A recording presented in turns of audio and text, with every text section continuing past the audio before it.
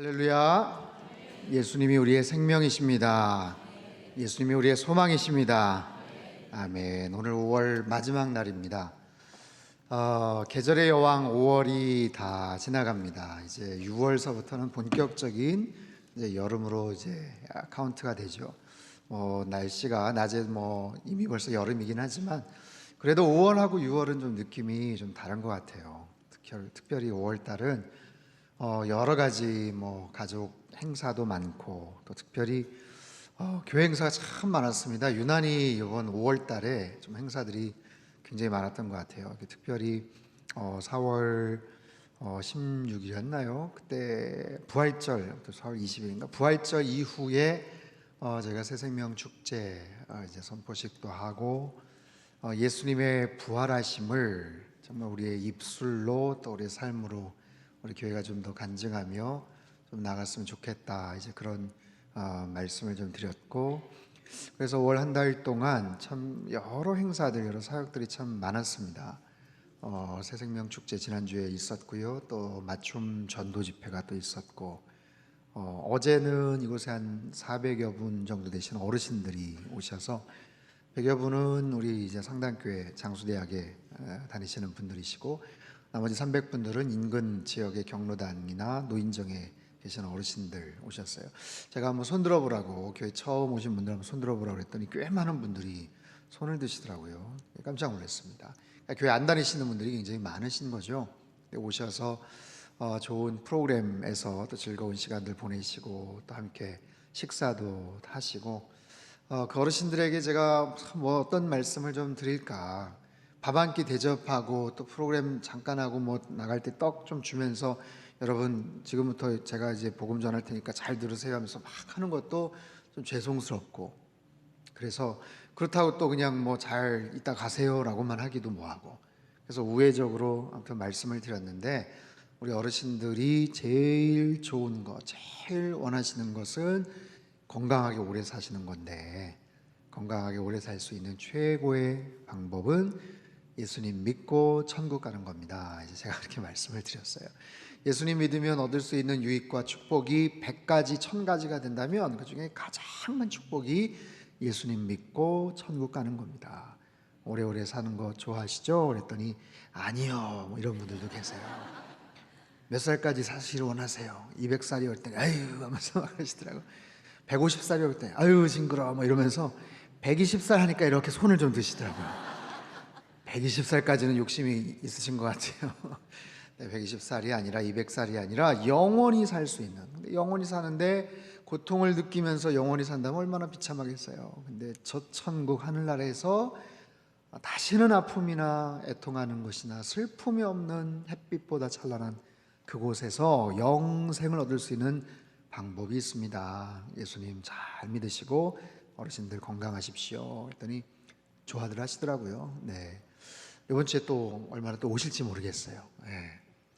또 인상 깊었던 것은 지난주, 엊그제 말고 지난주에 공군사관학교 가서 말씀을 전할 기회가 있었는데, 공군사관학교 생도들에게 하나님의 말씀을 전하면서 짧은 15분이지만 정말 대한민국의 영공을 책임지고 또 이제 군 장성도 되고 또 지휘관이 되는 굉장히 소중한 그런 미래의 어떤 일꾼들인데, 그 장병들이, 사병들이 정말 예수님 잘 믿고 좋은 그런 리더들이 됐으면 좋겠다, 이런 말씀을 좀 나눴어요. 지난주 새생명 축제 때도 그랬지만 아무튼 예수님 안에 있는 그 생명을 교회가 나눈다는 것은 가장 중요한 축복이고 가장 중요한 사명이죠. 여러분, 교회로서 그것보다 더 중요한 사명이 어디 있겠어요? 교회가 좋은 무슨 안식처를 만들고 좋은 카페를 만들고 또 좋은 무슨 보육원을 만들어서 사람들에게 편의를 제공하고 또 쉴 곳을 장만해주고 사회봉사를 하고 구제를 하고 이런 여러 가지 것도 굉장히 중요하지만, 사실 가장 중요한 것은 예수님의 그 생명을 깨닫게 하고 생명을 나눠주고 전하는 것, 그것만큼 중요한 게 어디 있겠습니까? 우리 상당교회가 예수님의 생명을 더 힘있게 전하는 그런 교회가 되기를 소망합니다. 우리 교회가 되기를, 그런 교회가 되기를 소망한다는 것은 저와 여러분이, 여러분 한 분 한 분이 그 안에 있는 예수님의 생명을 누군가에게 자꾸만 전하는 거예요. 교회를 통해서, 예배를 통해서, 또 새 가족들을 초청을 해서 그런 일도 겪었지만, 여러분이 개인적으로 여러분 안에 있는 복음, 여러분 안에 있는 그 생명을 누군가에게 구체적으로 이야기를 하고 소개를 했던 적이 최근에 언제였습니까? 우회적으로 교회 나와. 왜요? 교회 나오면 좋아. 이번 주 우리 교회 뭐 특별한 집회 있어. 뭐 조혜련 집사 와. 한번 와봐. 그것도 아주 좋은 그런 전도의 방법이지만 더 구체적으로 단 5분이든 10분이든 아니 단 3분이든 내 안에 있는 예수 그리스도의 그 생명을 누군가에게 또박또박 설명을 해서 당신이 왜 이 생명의 소식을 알아야 되는지 여러분 최근에 누구한테 혹시 전해보신 적 있으세요? 최근에 좀 바빠서 그랬다면 지난 상반기 동안 혹시 누군가에게 전하신 적 있으세요? 아니면 1년 동안, 아니면 요 근래 누군가에게 내 안에 있는 예수 그리스도의 그 생명을 누군가에게 또박또박 전했던 적이 혹시 있으십니까? 저는 이 부분이 굉장히 중요하게 회복이 되어야 된다고 생각을 해요. 조혜련 집사님 와서 그렇게 간증을 하고, 예수님 처음 믿으니까 저러는 거야. 아유, 나도 옛날에 그랬어. 근데 좀 나보다는 열심히네. 그렇게 하고 넘어갈 문제가 아니잖아요. 그분 안에 있는 예수님 생명이나 우리 안에 있는 예수님 생명이 뭔가 좀 다른가요? 최신식인가요? 최근에 믿어서? 그거 아니잖아요. 이런 부분들에 대한 본질적인 사명이 회복되는 것이 굉장히 중요합니다. 오늘 이제 예레미야서 말씀 마지막 부분에도 함께 좀 연결이 돼서 나눌 이야기지만 순종에 대한 이야기를 할 거거든요. 순종. 나는 요즘 순종하고 있는가? 나는 요즘 순종을 안 하고 있는가? 순종하고 있는가? 여러 가지 모습으로 순종을 하고 있지만 여러분, 순종이라는 것은 내가 구체적으로 뭔가를 의식적으로 하지 않을 수도 있었는데 하는 어떤 특별한 행위, 내가 특별하게 기억이 나야 돼요.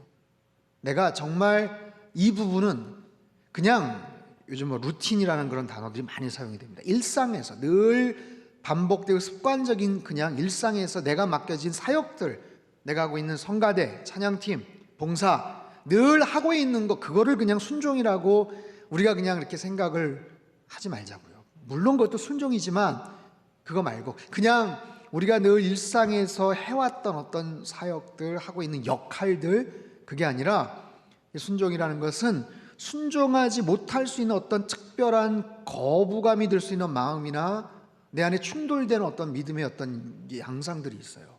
근데 그것을 누르고 그 생각을 내가 내려놓고 내가 하나님의 뜻대로 내가 맞춰가는 것, 그것이 아주 구체적인 그런 순종의 내용인데, 그런 측면에서 우리의 뇌는, 우리의 생각은, 우리의 지각은, 우리의 신앙적인 모습들은 항상 조금 더 민감해져야 돼요.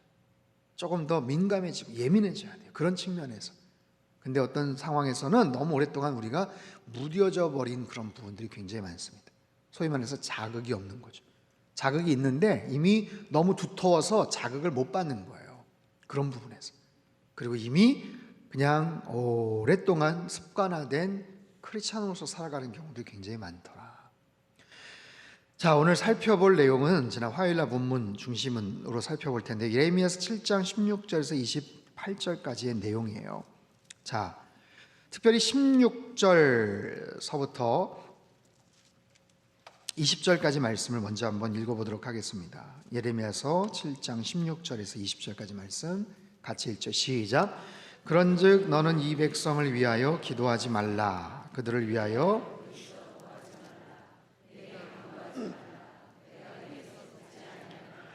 너는 그들이 유다 성읍들과 예루살렘 거리에서 행하는 일을 보지 못하느냐.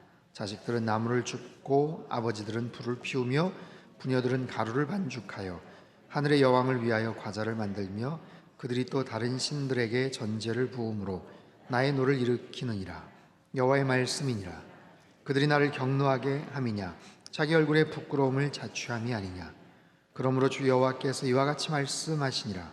보라, 나의 진노와 분노를 이곳과 사람과 짐승과 들나무와 땅의 소산에 부으리니 불같이 살라지고 꺼지지 아니하리라 하시니라. 자, 예레미야서의 주제는요, 이 내용은 하나님께서 남유다 예루살렘을 심판하시겠다라고 아예 마음을 먹으셨어요. 근데 심판하시겠다고 마음을 먹으셨지만 계속해서 금방 심판을 안 하셔요. 그 자꾸만 유보하세요, 미루세요, 연기하세요. 그리고 예레미야를 통해서 말하라는 거예요. 전하라는 거예요. 그곳에 가서 뭐라고? 회개하라고, 빨리 돌아오라고. 거기에 하나님의 마음이 담겨져 있죠. 한 영혼이라도 더 구원받기를 원하시는 그런 하나님의 마음, 지금이라도 회개하면 구해주기를 원하시는 그런 하나님의 마음이 담겨져 있어요. 끝까지 회개하기를 촉구하시는 하나님의 그런 마음, 그 중심. 그럼 열심히 예레미야 가서 활동하고 전하고 선포하고 얘기해야 될 거 아니에요. 근데 하나님께서 굉장히 마음이 상하셨는지 16절을 보면 너는 더 이상 기도하지 마라, 부르짖어 구하지 마라, 내게 간구하지 마라, 내가 듣지 않겠다. 여러분, 기도에 대해서 성경에 얼마나 많은 영적 교훈들이 많습니까? 구하라, 찾으라, 두드리라. 기도에 대한 굉장한 강조점이 있는데 세상에 기도하지 말라고 말씀하세요. 너 기도할 필요 없어, 됐어, 이제 끝이야. 하나님이 완전히 마음이 상하셨어요. 그리고 작정을 하셨어요. 기도하지 마라. 왜 기도하지 말라는 거예요? 이제 소용없다는 거예요. 내가 듣지 않겠다는 거예요. 더 이상 구할 필요 없다라는 거예요. 간구하지 말라는 거예요. 아하, 기도에도 때가 있구나. 기도에도 때가 있다는 것은 회개에도 때가 있다는 거예요. 회개에도 때가 있어요. 마지막까지 기다리시지만 그 마지막 타이밍까지도 그가 걷어차버리면 어떻게 할 수가 없는 그런 순간, 그런 상황들이 나오더라. 왜 하나님이 그렇게 화가 나셨을까요? 7장, 8장, 9장 계속해서 나오지만 특별히 18절에 보면 자식들은 나무를 줍고 아버지들은 불을 피우고 부녀들은 가루를 반죽하여 하늘의 여왕을 위하여 과자를 만들며. 여러분, 하늘의 여왕이 뭡니까? 여러분, 하늘의 여왕이 뭐예요? 들어보셨어요? 지금까지 사시면서 하늘의 여왕이라는 단어를 들어보셨습니까? 하늘의 여왕? 하늘에 무슨 여왕이 있어요? 하늘의 여왕이 존재합니까? 엊그제 무슨 공군, 미국 공군이 어디서 하다가 UFO 추정되는 이상한 기체를 발견한 거를 동영상 같은 걸 막 올렸는데 여전히 UFO가 있느냐 없느냐 이거 가지고 설왕설래 하지 않습니까? 그게 아니라 하늘의 여왕에 대해서 들어보셨습니까? 누구한테 한번 물어보세요. 이상한 얘기 할 거예요. 하늘의 여왕. 생명의 삶에도 보면 하늘의 1월 성신, 특별히 바벨론의 여신 아슈타르라는 신이에요. 자기네들이 만들어낸 거죠. 하늘의 해와 달과 별인데 특별히 하늘의 여왕이라고 지칭을 하는 특별한 우상을 만들어 놓고 자기네들이 섬기는 거예요. 있지도 않는 그런 존재를 만들어서 땅의 여왕, 하늘의 여왕. 근데 그것을 어느 이상한 사람이 헷가닥해가지고 만들어가지고 자기네들만 하는 게 아니라 적지 않은 사람들이 그 앞에서 우상 앞에서 절을 하고 섬기는 거예요. 근데 보니까 자식들은 나무를 줍고 아버지들은 불을 피우고 부녀들은 가루를 만들어서 하늘의 여왕을 위하여 뭔가를 만들더라. 온 가족들이 함께 모여서 텐텐 큐티 패밀리나 온 가족 새벽 예배를 하는 게 아니라 자기들끼리 모여서 우상 숭배를 하는 기가 막힌 모습에 하나님이 무지하게 화가 나신 거예요. 존재하지도 않는 이상한 그런 대상을 향해서 자녀들까지 대를 이어서 뭔가를 가르치고 그들이 또 다른 신들에게 전제를 붕으로 나의 노를 일으키느니라. 다른 신들에게 우상 숭배를 하는 거예요. 다른 신들. 여러분, 10계명의 제1계명이 뭐죠? 나 외에 다른 신들을 섬기지 마라. 가까이 두지 마라. 하나님께서는 그만큼 극도로 그 부분에 대해서 민감해 하세요. 중요하게 생각하십니다. 하나님께 사랑하시는 백성들이, 하나님께서 구원해 주신 이 백성들이 주인을 잃어버리고 하나님 아버지의 사랑을 망각하고 다른 엉뚱한 대상을 향해서 손을 빌고 우상 숭배를 하고 절을 하고 하나님께서 엄청나게 싫어하시는 바로 그런 모습들. 근데 그런 작태들이 계속해서 이루어지는 거예요. 그래서 나를 경록해 했다. 카스라는 하나님의 분노, 굉장히 심한 하나님의 분노, 막 부글부글 끓는 하나님의 진노를 표현하는 바로 그런 내용. 그래서 하나님이 어떻게 하신다? 20절을 보면 나의 진노와 분노를 여러분, 인간이 죄를 지으면 그 죄는 그 당사자에게만 그냥 해당이 되는 게 아닙니다. 내가 죄를 지으면 그 본인에게만 가장 물론 결정적인 어떤 피해를 입게 되지만, 내가 잘못을 저지르면, 내가 죄를 지으면 그 주변에 있는 애꿎은 사람들이 얼마나 큰 피해를 입는가. 이번에 헝가리에서 아주 안타까운 그런 사고가 생기지 않았습니까? 아무튼 여러 가지 이유에 대해서 얘기를 하지만 그 뒤에 따라오는 큰 배, 그 선장이 아무튼 무리하게 아무튼 운항을 해서 그래서 부딪혀서 그렇게 된 건데, 아무튼 우리는 혼자 살지 않아요. 이 사회 속에서 내가 실수를 하고 내가 잘못을 하며 내가 졸음운전을 하며 내가 음주운전을 하며 거기에 대한 애꿎은 피해와 이런 것들이 얼마나 큰 모습으로 나타납니까? 나만이 아니라 나의 가족이 피해를 입고 그 주변에 있는 사람들이 피해를 입고 그 주변에 있는 어떤 그런 조직들이 피해를 입고 열심히 착실하게 건실하게 직장에서 일을 하던 그 직장의 동료들도 피해를 입고, 본문을 보면 사람뿐만이 아니에요. 짐승과 들나무와 땅의 소산에 부어버리겠다. 오늘날 전 세계적으로 환경 오염들, 지구가 아파하지 않습니까? 그런 모든 것도 인간의 악함들, 인간의 완악함들, 해양 쓰레기 문제라든지 대기 오염 문제라든지 온갖 그런 부분들이 인간의 욕심과 이기적인 마음들, 그런 것으로 인해서 이 땅의 모든 피조물들이 같이 피해를 입고 아파하는 것. 사도 바울이 로마서 8장에서 이렇게 이야기를 하죠. 로마서 8장 한번 띄워줄래요? 19절에서 22절 말씀 같이 한번 읽겠습니다. 시작. 피조물이 고대하는 바는 하나님의 아들들이 나타나는 것이니 피조물이 허무한 데 굴복하는 것은 자기 뜻이 아니요 오직 굴복하게 하시는 이로 말미암음이라. 그 바라는 것은 피조물도 썩어짐의 종노릇한 데서 해방되어 영광의 자유에 이르는 것이니라. 피조물이 다 이제까지 함께 탄식하며 함께 고통을 겪고 있는 것을 우리가 아느니라. 여러분, 환경 오염에 대한 피해를 인간이 아니라 짐승들, 동물들, 식물들 같이 그대로 입고 있는 것 아시죠? 해양에 문제가 생기고 또 바다에 여러 가지 오염이 되고 선박에서 기름띠가 막 유출되고 막 이러면 그 인근 지역에 있는 생태계가 완전히 파괴되는 것 아시죠? 바다 거북이가 그냥 그 석유나 원유 그런 거에 막 뒤집어 써가지고 막 버둥버둥 되는 것, 그런 장면들 보셨죠? 그런 거예요. 피조물이 고대하는 것은 빨리 구원의 날이 와서 자기네들이 해방되기를 원한다. 말을 못하지만, 입이 없지만 식물들이든 동물들이든 하나님의 어떤 질서 하에서 아무튼 사람에게 복종을 당하고 그렇게 살아갈 수밖에 없는 그런 존재들로 그렇게 전락을 했지만, 마지막 때의 어떤 그런 순간이 오면 그들이 그 모든 것에서 자유케 되고 해방된다. 마치 태초의 에덴 동산의 모습과 같은 그런 모습처럼 피조물들이 고통을 당하는 거예요. 인간의 죄로 인해서, 인간의 악함으로 인해서, 이들의 그런 우상 숭배로 인해서 하나님께서 그 진노와 분노를 사람들, 짐승들, 들나무들, 땅의 소산에 하나님께서 부어버리시겠다. 불같이 살라지고 꺼지지 아니할 것이다. 하나님께서 말씀을 하시죠. 왜 이렇게 됐는가? 그들 안에 있는 죄성들, 그들 안에 죄로 인한 불순종들,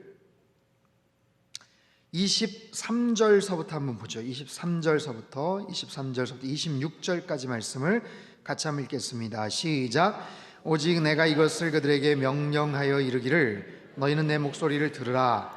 그리하면 나는 너희 하나님이 되겠고 너희는 내 백성이 되리라.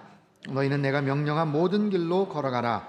그리하면 복을 받으리라 하였으나 그들이 순종하지 아니하며 귀를 기울이지도 아니하고 자신들의 악한 마음에 꾀와 완악한 대로 행하여 그 등을 내게로 돌리고 그 얼굴을 향하지 아니하였으며 너희 조상들이 애굽 땅에서 나온 날부터 너희에게 보내되 끊임없이 보내었으나 너희가 나에게 순종하지 아니하며 귀를 기울이지 아니하고 목을 곧게 하여 너희 조상들보다 악을 더 행하였느니라. 하나님 말씀하세요. 너희는 내 목소리를 들으라. 들으라. 쉐마. 들으라. 이 말씀은요, 들으라라는 말씀은 순종하라라는 말씀과 같은 어근을 갖고 있어요. 들으라. 하나님의 말씀을 듣는 것, 여러분 순종은 하나님의 말씀을 듣는 것으로부터 시작되는 줄 믿습니다. 내가 뭔가를 순종하기 위해서 어떤 명령이 있어야 될 거 아니에요. 그렇죠? 어떤 지시사항이 있어야 내가 순종을 하든 말든 그래야 될 거 아닙니까?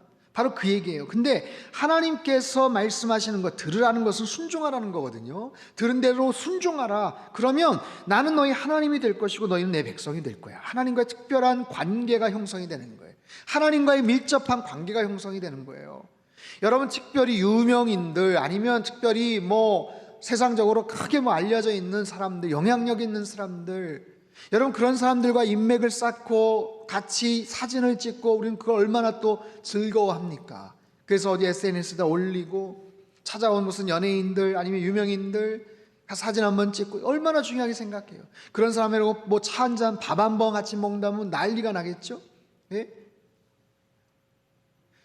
전 세계적으로 좀 BTS 얼마나 정말 대단해요. 그 공연을 보기 위해서 북미주에, 남미에, 브라질에 며칠 밤을 새면서 그 공연 티켓을 얻으려고 들어가고 그 난리 법석인데 세상에 거기 있는 어떤 오빠 하나하고 같이 사진이라도 옆에 한번 찍었다고 한번 생각을 해보십시오.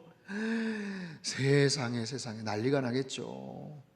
엄청나겠죠. 그런 사람하고 말이라도 혹시 섞을 수 있다면, 요즘 말로 전화번호라도 딸 수 있다면, 그래서 어떤 특별한 관계 아니면 특별한 친밀감, 여러분 그거는 난리가 나는 거죠. 실제적으로 내가 회사를 경영을 하는데 그 회사의 아주 중요한 역할을 감당하는 어떤 특별한 자회사 아니면 다른 어떤 주변에 있는 회사의 어떤 CEO나 이런 사람하고 뭔가 선이 닿아서 연결이 된다. 여러분 그것처럼 기분 좋은 일이 어디 있겠어요? 근데 보세요. 하나님께서 말씀하시는 거예요. 내 목소리를 들으면, 순종하면 나랑 특별한 관계가 형성이 된다. 너희는 내 백성이 되고 나는 너희 하나님이 될 거야. 너희는 내가 명령한 모든 길로 걸어가라. 그러면 복을 받게 될 걸 말씀하세요. 여러분 성경에 수없이 많은 하나님 말씀이 있지만 정말 압축하면 이 말씀으로 그냥 귀결이 되는 거예요. 들으라, 순종해라, 그 길로 가라. 그러면 복 받는다. 우리는 복잡하게 생각할 필요 없어요. 어떻게 하면 이 땅에서 형통해지나, 성공하나, 행복해지나? 아주 간단합니다. 그냥 하나님 말씀 듣고 순종하면, 그 길을 걸어가면 하나님께서 형통케 만들어 주시는 줄 믿습니다. 그런데 문제는 뭐예요? 우리가 자꾸만 따진다는 거죠. 우리가 그 길을 걸어가지 않는다는 거죠. 우리가 그 하나님의 말씀대로 순종하지 않는다는 거죠. 그렇기 때문에 하나님께서 24절 이하에 계속해서 순종하지 아니하면, 너희가 나에게 순종하지 아니하고 귀를 기울이지 않고, 순종하지 않는다는 말씀이 얼마나 많이 나오는지 몰라요. 자, 그러다 보니까 24절을 다시 한 번만 띄워주세요. 그들이 순종하지 아니하며 귀를 기울이지도 아니하고 자신들의 악한 마음에 꾀와 완악한 대로 행하여. 왜 순종하지 않는가? 이유가 있더라고요. 보니까 이유가 있어요. 자기 나름대로의 꾀가 있는 거예요. 자기 나름대로의 계산이 있는 거예요. 못 알아들어서가 아니라, 무슨 말인지 몰라서가 아니라 자기 나름대로 뭔가 생각이 있는 거예요. 하나님께서 말씀을 하셨는데 자기 나름대로 그걸 계산을 하고 있더라고요.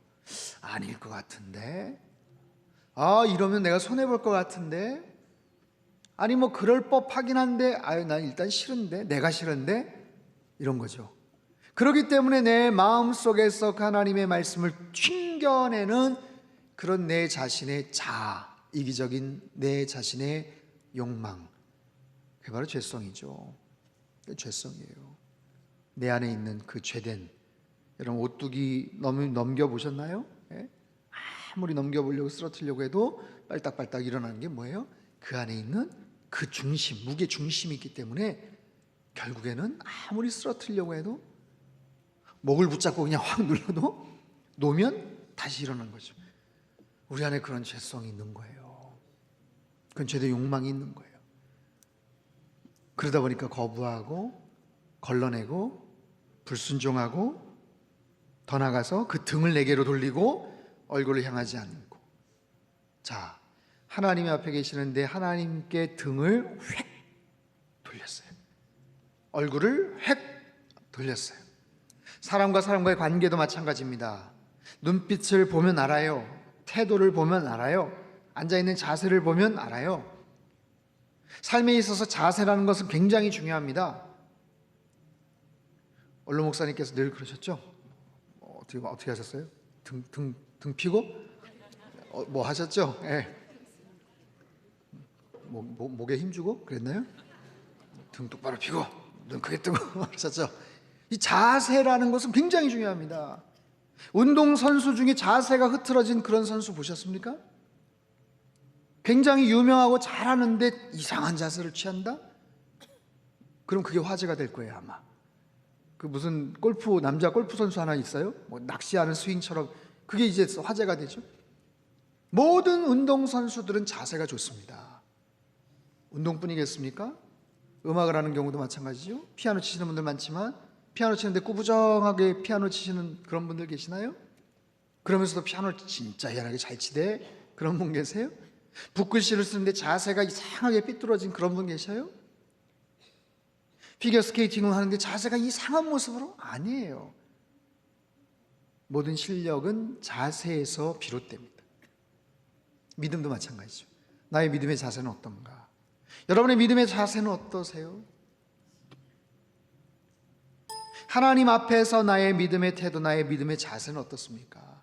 하나님을 향해서 나는 어떤 태도를 가지고 하나님의 말씀을 들여다보고 하나님을 향해 있습니까? 뭔가 좀 늘 삐딱한 모습으로 혹시 자세를 취하고 계시지는 않으세요? 몸은 이쪽을 향하고는 있긴 한데 늘 두리번 하면서 다른 데를 바라보고 있지는 않으세요? 여기서 한술 더 뜨죠? 아예 등을 내게로 확 돌려버렸다. 여기서 무슨 좋은 관계가 형성이 되겠습니까? 그러지 못하는 거예요. 하나님이 안타까워하시는 거예요. 그래서 돌아와라 말씀하셔. 그래서 끊임없이 그 선지자들을 너에게 보내되 끊임없이 보내었지만 너희가 기어코 순종하지 않았다. 순종하지 않았다. 자, 서두에도 말씀을 드렸습니다. 이 순종이라는 개념은 굉장히 중요합니다. 우리는 순종하면서 사는 것 같지만 말씀드렸듯이 순종을 해본 적이 그렇게 많지가 않은 것 같아요. 어떠세요? 정말 내가 기억에 남는 그런 순종이 혹시 있으셨습니까? 요 근래 제가 말씀드렸죠. 그냥 교회 와서 사역하고 섬기고 그거 자체를 그냥 순종이라고 보지 않는 거고요. 이 순종은 어디에서 기인하는가? 믿음에서 비롯됩니다. 여러분, 믿음과 순종의 관계는 굉장히 뗄래야 뗄 수 없는 불가분의 관계예요. 말씀드렸죠. 순종을 위해서는 명령, 하나님 말씀이 있어야 된다고. 순종을 위해서 내 안에 믿음이 있어야 돼요. 뭐에 대한 믿음? 말씀에 대한 믿음, 말씀 메시지에 대한 신뢰가 있어야 돼요. 그리고 그 말씀을 전하는 분에 대한 신뢰가 있어야 돼요. 그리고 그렇게 순종했을 때 나타날 결과에 대한 믿음이 있어야 돼요. 내가 이렇게 했을 때 무조건 잘 돼. 이렇게 내가 순종하면 무조건 하나님이 나 복 주셔. 그거에 대한 확신이 있지 않으면 우리는 순종하기 어렵습니다. 순종은요, 내가 할 수 없는 것을 하나님이 억지로 등 떠밀어서 시키시는 것 아니에요. 나에게 하나님께서 어떤 부분에서 마음에 순종에 대한 메시지를 주시며 쿡쿡 찌르신다?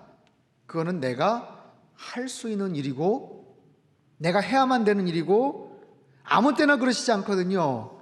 근데 그거 하면 분명히 하나님께서 특별한 은혜를 주시는 일이에요. 그래서 하나님이 특별하게 콕콕 사인을 주셔요.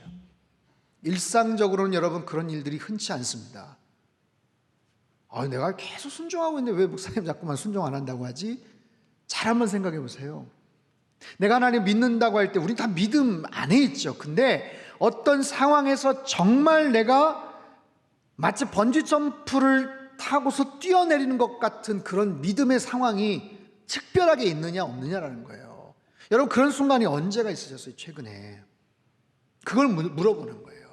일상에서 내가 하나님 믿죠. 부활이요 생명 되시는 예수님 믿죠. 당연히 우리 믿습니다. 그런데 그런 상황에서의 그 믿음 말고 아주 구체적으로 특별한 상황이 되는데 정말 내가 알고 있는 그 개념 속에 있는 그 하나님이 공급하시는 하나님 맞아. 나를 분명히 지켜주시는 그 하나님 맞아. 그 하나님께서 분명히 옳은 길로 인도해 주실 거야 라는 그 믿음을 가지고 안 될 수도 있을 것 같은 상황에서 내가 발을 뗄 수 있느냐, 그게 믿음인 거예요. 그것에 대한 액션이 순종이고요. 그래서 믿음과 순종은 정말 가장 가까운 동전의 양면 같지만 최고의 믿음이 뭔지 아세요? 바로 순종을 통해서 나타나는 거예요. 그래서 순종이 쉽지가 않습니다. 자, 제가 좀 더 말씀을 한번 좀 더 드려볼게요. 여러분, 순종의 모델이 필요하죠. 성경에 순종의 가장 대표적인 모델이 누구입니까? 한번 생각해 보세요. 가장 대표적인 모델, 예수님 가장 대표적인 모델이겠죠. 순종에서 순종에 대한 부분들 가장 대표적인 모델, 여러 인물들이 나옵니다. 여러분, 노아 순종했나요? 했죠.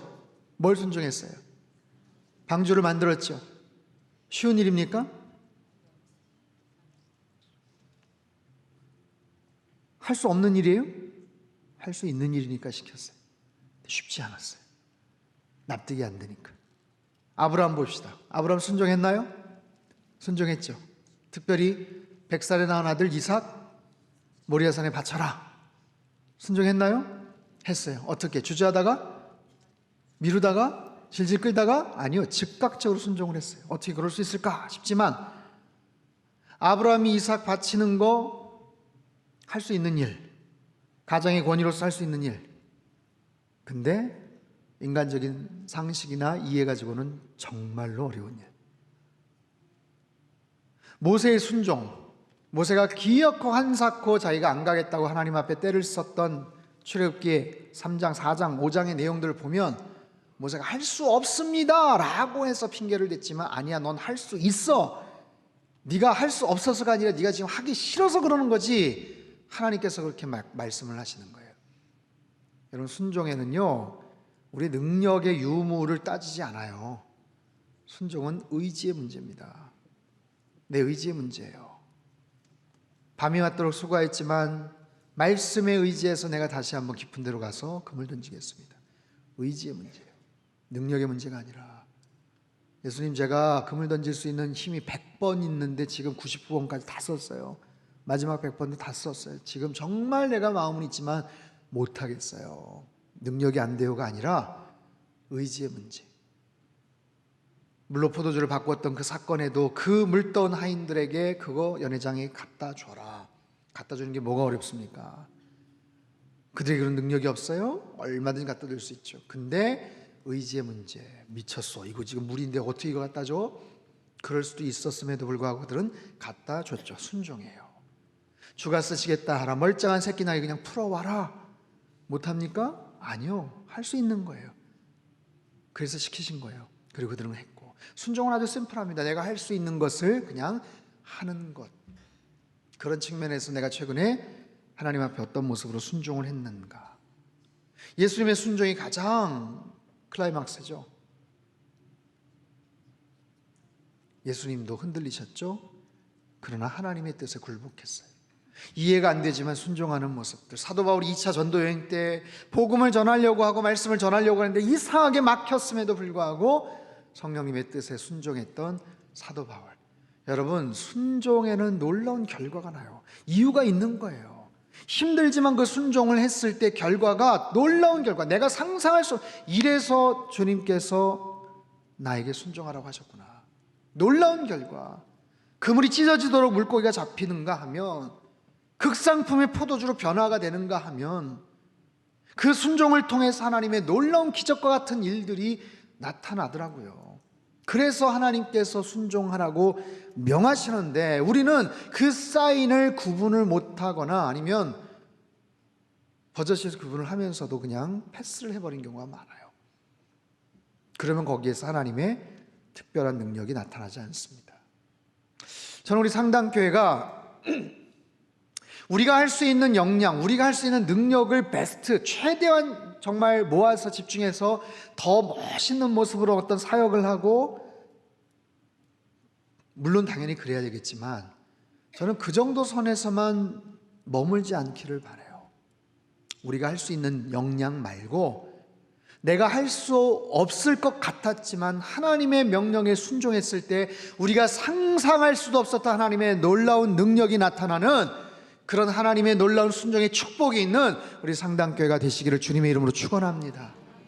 저와 여러분의 개인적인 삶 속에서도 하나님이 뭔가를 말씀하실 때 여러분 그거 자꾸만 외면하고 아닐 거야 내가 잘못 들었겠지 하지 마시고, 하나님께서 어떤 부분에 대해서 뭔가 사인을 주실 때 그것을 정확하게 듣고 그대로 내가 한번 명령대로 순종할 때 정말 깜짝 놀랄 하나님의 역사들이 나타나는 거예요. 우리 늘 기도합니다. 하나님 어떻게 해주세요 기도를 하지만 정작 내가 어떤 기도에 대한 응답으로서 뭔가 역할을 할 수 있다는 것은 그렇게 많이 생각을 안 하는 것 같아요. 기도도 많이 하지만 하나님 때로는 내가 나의 아니면 다른 어떤 분의 기도에 대한 하나님의 응답이 될 수 있도록 하나님 나를 사용하여 주시고 내가 그런 축복의 통로가 되게 하여 주시옵소서. 여러분 순종의 사람 되시기를 주님의 이름으로 축원합니다. 왜냐하면 순종의 열매는 너무너무 달콤하고 큰 축복이기 때문에 내가 이해가 되지 않아도 내 마음이 내키지 않아도 하나님께서 주시는 그런 말씀들, 그럼 그것을 어떻게 구분해낼 수 있을까? 첫 번째, 순종에 대한 거룩한 마음을 여러분이 품으셔야 돼요. 순종을 맹종, 그냥 복종, 불편한 것, 부담스러운 것, 하나님 왜 그러세요? 지금까지 좋았는데, 그런 모습으로 우리가 치부하지 말고 내 믿음의 단계가 한 단계 더 업그레이드가 되는 하나의 소중한 계기, 그래서 때론 힘들고 어려워도 하나님께서 나에게 어떤 부분에 대해서 사인을 주실 때 아무한테나 주시지 않아요. 매번 주시지도 않습니다. 하나님도 바쁘세요. 그리고 하나님도 다른 분들하고도 많이 관계를 하셔야 되기 때문에, 근데 어느 특정한 상황에서 그거는 마침 대한민국 청주 땅에 있는 상당교회 어느 아무개 무슨 권사님, 아무개 장로님, 아무개 목사님 누굴 통해 가지고 하면 되겠구나, 하나님께서 딱 떠오르셨을 때 뭔가를 통해서 메시지를 주실 거거든요.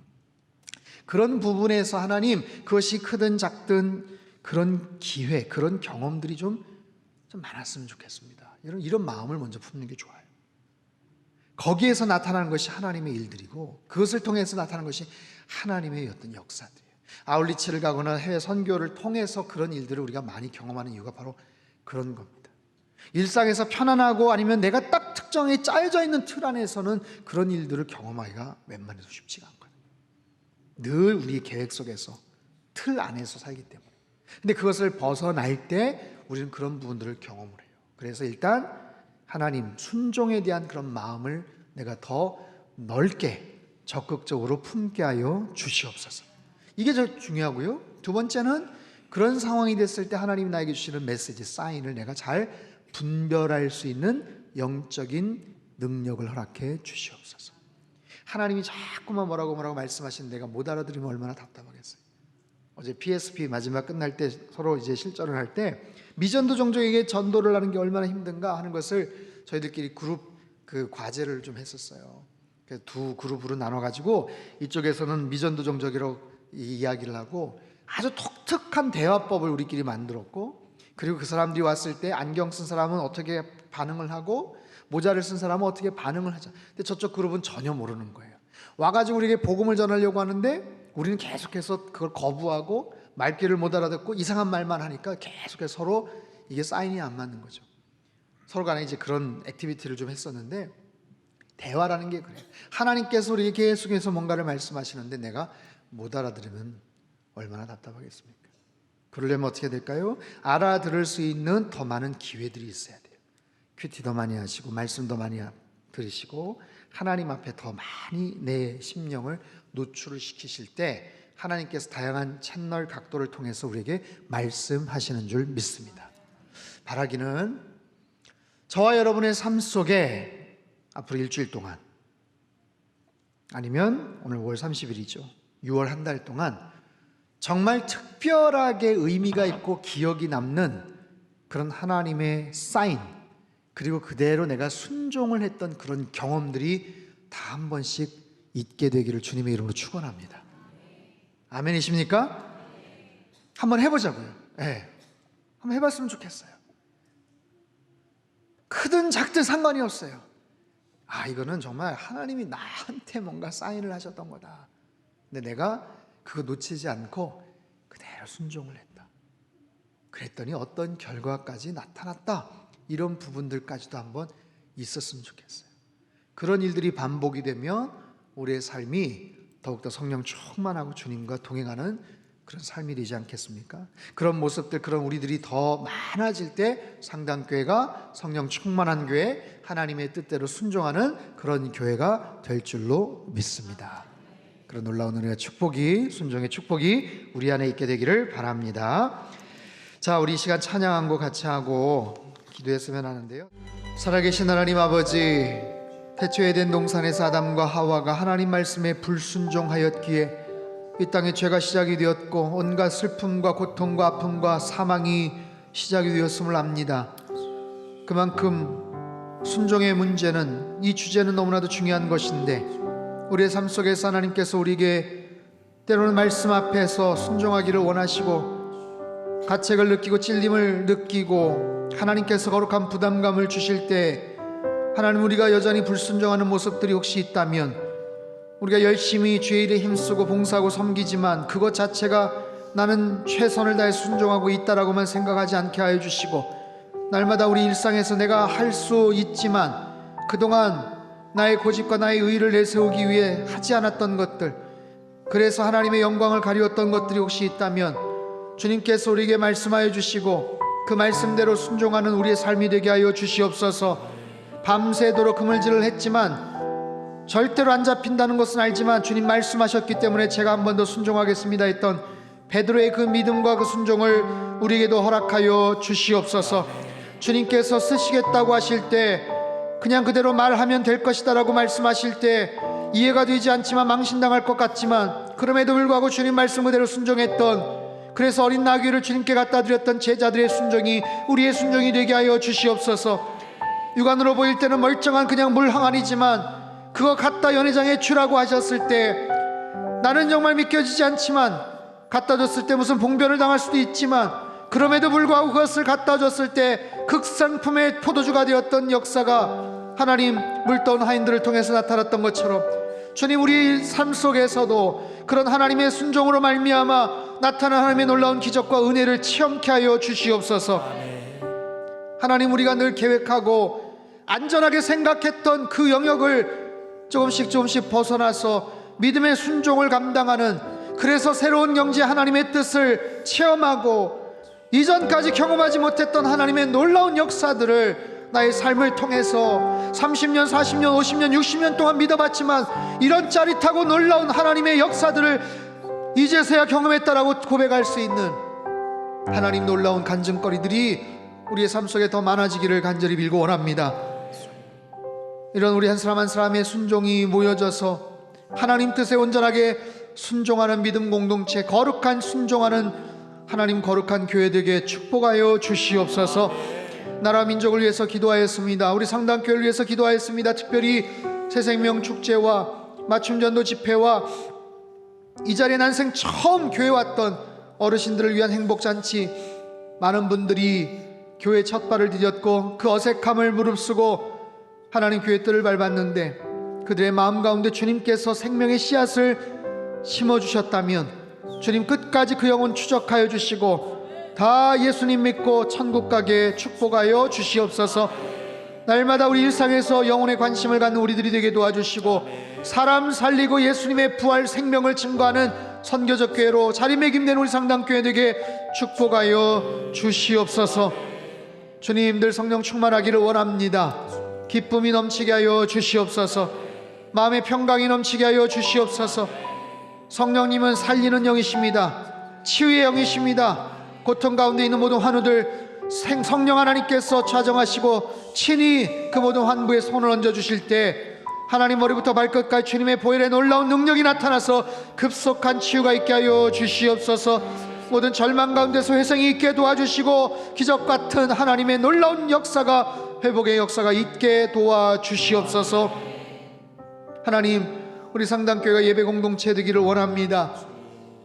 그저 습관적으로 주님 만나는 주일 되지 않게 도와주시고 가장 소중하고 거룩한 마음을 가지고 주님 앞에 영과 진리로 드려지는 하나님 오순절 마가의 다락방에 임했던 놀라운 성령 충만함의 역사가 있는 하나님 귀한 예배 되게 도와주시옵소서. 섬기는 자들 마음속에 겸손함을 주시고 하나님 준비된 마음을 가지고 최상의 예배로 주님을 섬기며 찬양하게 도와주시옵소서. 내일 새벽에 있을 온 가족 새벽 예배를 통하여 가족들이 하나님 믿음 안에서 회복되고 하나로 뭉쳐지기를 원합니다. 말씀이 그 가정 안에 들어가게 도와주시고 말씀의 능력이 우리 자녀들의 그 심기 가운데 심령 가운데 하나님 잘 박힌 못처럼 새겨지게 하여 주시옵소서. 그래서 예배를 드리고 말씀 앞에 나아가고 기도를 하는 거룩한 믿음의 유산들이 각 가정마다 잘 이루어질 수 있도록 성령 하나님 축복하시고 역사하여 주시옵소서. 올 한 달 동안 하나님의 놀라운 섭리와 보호하심 속에서 하나님 풍성한 은혜 가운데 여기까지 왔습니다. 매듭을 짓습니다. 이제 새롭게 시작할 6월 한 달도 주님 손에 의탁을 드리오니 성령 하나님 영광 거두어 주시고 존귀와 영광과 찬양을 홀로 받아주시며 우리의 일상을 일거수일투족을 주님 지켜보아여 주시옵소서. 거룩한 마음 주님 앞에 온전한 마음을 가지고 귀한 예물 바치는 손길들 위에 하늘의 신령한 복과 땅의 기름진 복으로 넘치도록 부어 역사하시고 드려진 예물 쓰여지는 곳마다 하나님의 나라가 편만하게 드러나게 하여 주시옵소서. 이제는 우리 주 예수 그리스도의 크신 은혜와 하나님 아버지의 극진하신 사랑하심과 성령님의 교통하심의 역사가 주님에 대한 온전한 믿음을 가지고 하나님 온전한 순종을 통해 하나님의 역사와 하나님의 놀라운 능력과 축복을 경험키를 소망하는 이 자리에 모인 모든 사랑하는 주의 백성들, 그들의 가정과 일터와 건강과 자녀들의 앞길 위에와 우리 상당교회와 이 나라 민족 흩어진 모든 열방 위에 이제로부터 영원토록 함께 하시기를 간절히 축원하옵나이다. 아멘.